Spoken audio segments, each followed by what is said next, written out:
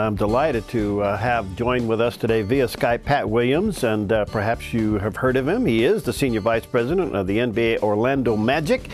He has more than 50 years of professional sports experience and recently inducted into the Basketball Hall of Fame. And he's authored a book, several books, but it's his latest book that really touches the heart very deeply. It's called The Difference You Can Make, Changing Your World Through the Impact of Your Influence. There's a picture of it on the screen. Let me encourage you to check it out. It's put out by Revell, and you can get it, check it out at Evangel, Barnes & Noble, or online at Amazon. And here he is, the coolest dude in basketball, Pat Williams. How you doing, friend? Perry, greetings from Orlando, sunny Florida. We've got a palm tree in the background, and my dark glasses to shield this sunshine that's just blinding us. But nice to be on with you, and I appreciate the invitation. Oh, well, great to see you, and nice to have you. By the way, how you feeling, Pat? I understand you've been battling cancer.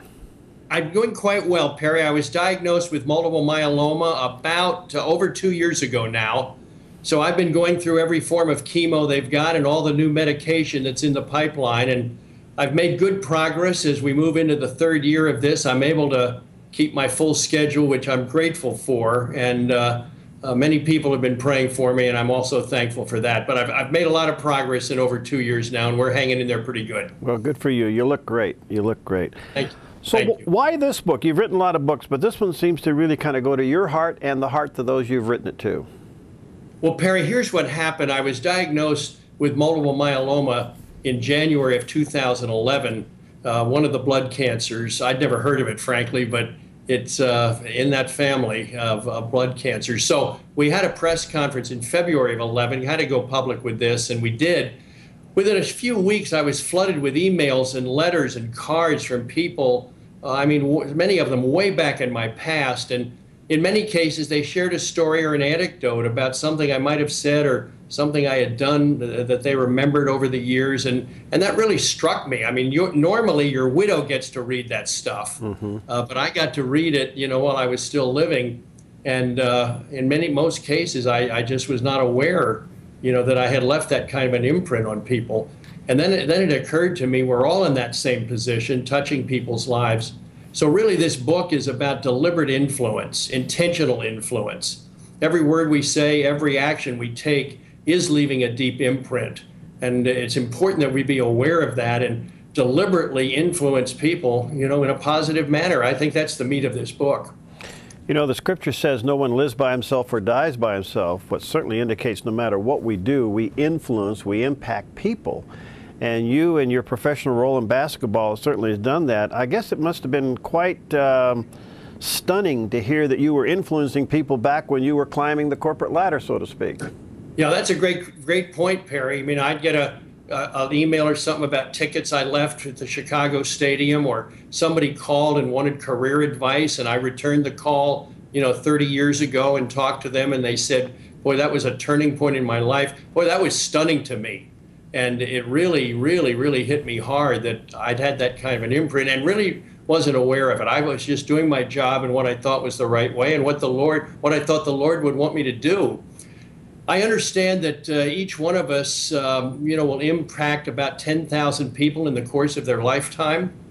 And Perry, you don't have to be a Super Bowl hero or a Hollywood starlet or a political honcho, you know, to have influence. We all have it, and in an enormous way. And so we do chapters in this book about influencing as parents and influencing as through our character, influencing as Christians, lots of ways that we influence, and that goes on till our last breath, and in many cases, way beyond our death. I think we're going to be influencing people, you know, long after we're in heaven.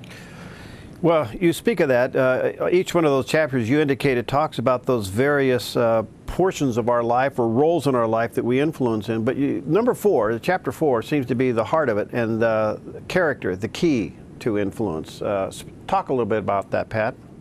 Perry, I think that's true. You know, the way we conduct ourselves in old-fashioned character values like honesty, integrity, personal responsibility, our work ethic, perseverance, humility, courage that we show. Our children are watching that in our lives. Our grandchildren are watching that. If you're a teacher, believe me, your students are really watching that. If you're an athlete, you're watching your coaches closely in these areas of character.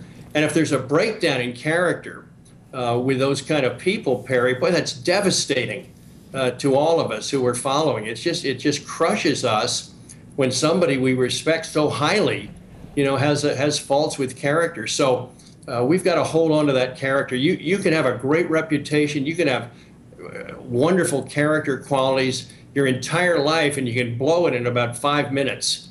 So we've got to be on guard in that area all the time. Well, you traffic in a world there in the NBA that, you've seen the failure of character. How have you been able to sustain your influence for good in the middle of a culture that at times really seems to be very plastic? Well, I came to know Christ, Perry, when I was 27 years old. I was operating a Phillies minor league team in Spartanburg, South Carolina. And the claims of Christ were presented to me. I'd heard them before.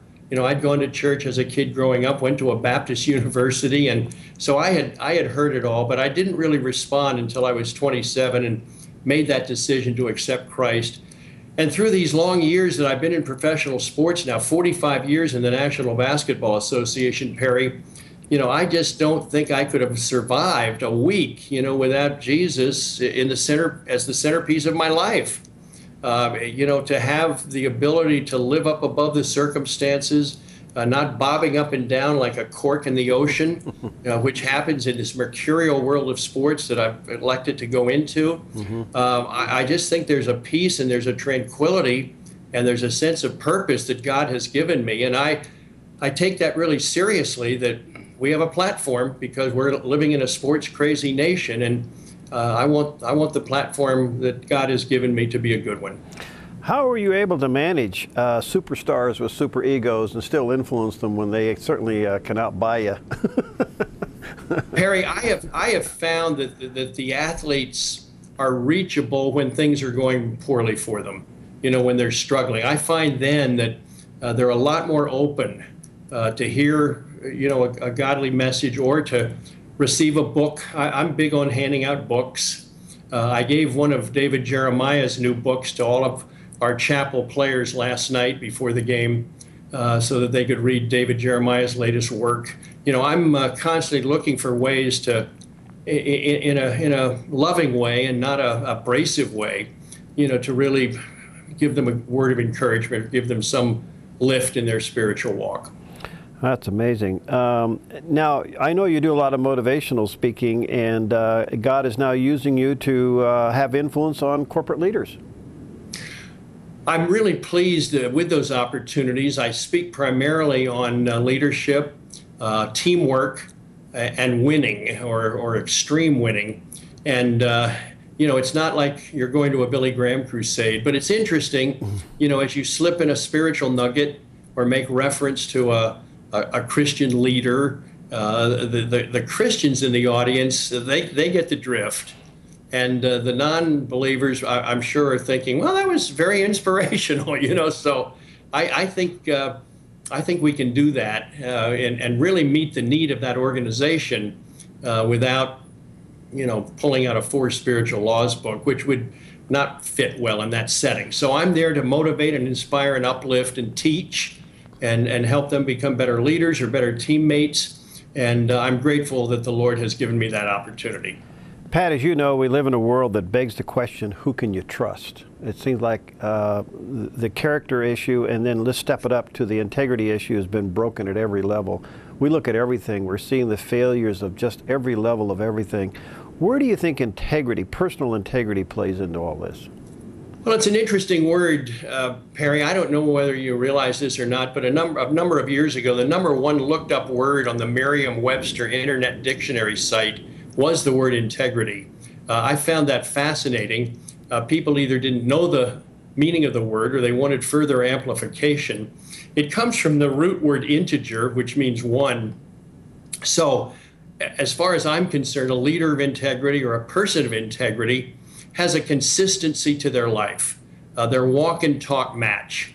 They're not talking one way and walking in a completely opposite direction. That just devastates people. So when you see a leader, you see a person of integrity, you'll never forget that person. A wonderful example is Tony Dungy, the former NFL football coach. I ran into Ken Whitten not long ago. Ken was his former pastor in Tampa for many years, and Ken said to me, here's the deal with Tony Dungy. He said the tongue in his mouth was always pointing in the same direction as the tongue in his shoes. And then he said, whenever Tony would leave a city having coached there, he said that city was better off for him having been there. And I find that very uplifting, very encouraging. Well, it's fascinating. The book is entitled The Difference You Can Make, Changing Your World Through the Impact of Your Influence, there by Pat Williams. You'll see it there on this. There's a picture of it on the screen, put out by Revell, so check it out at Evangel or online at Amazon or Barnes & Noble. The influence of our actions, our words, being a parent, being a leader, even our Christian influence. Pat, this is... thank you for doing it. Thank you for taking your life experiences and sitting down and doing this. This is, to me, a tool for many people to use. I would say get this book and give it to your staff members. Well, I appreciate that very much, Perry. It's in bookstores now in the self-improvement section, which I was pleased with, and up on Amazon as well. And I'm always grateful when people visit my website. It's patwilliams.com. Okay. And my Twitter page is Orlando Magic Pat. And I'm grateful for the time we had today, Perry. Well, thank you, Pat. Blessings on you. I want you to know we're going to be praying Psalm 91 over you for continued recovery in your health, and that God just use you mightily in the days ahead. Thank you so much, and I'm glad that we could visit, and happy Valentine's Day to everybody. Same to you. You put your glasses back on now. Yeah, let me get these sunny glasses on to block out that sun down there here. You go. You just look great. That's perfect. Thank you, Pat. God blessings to you. See you, Perry. Bye-bye. Okay, bye. All right, we'll see you next time on Focus Today.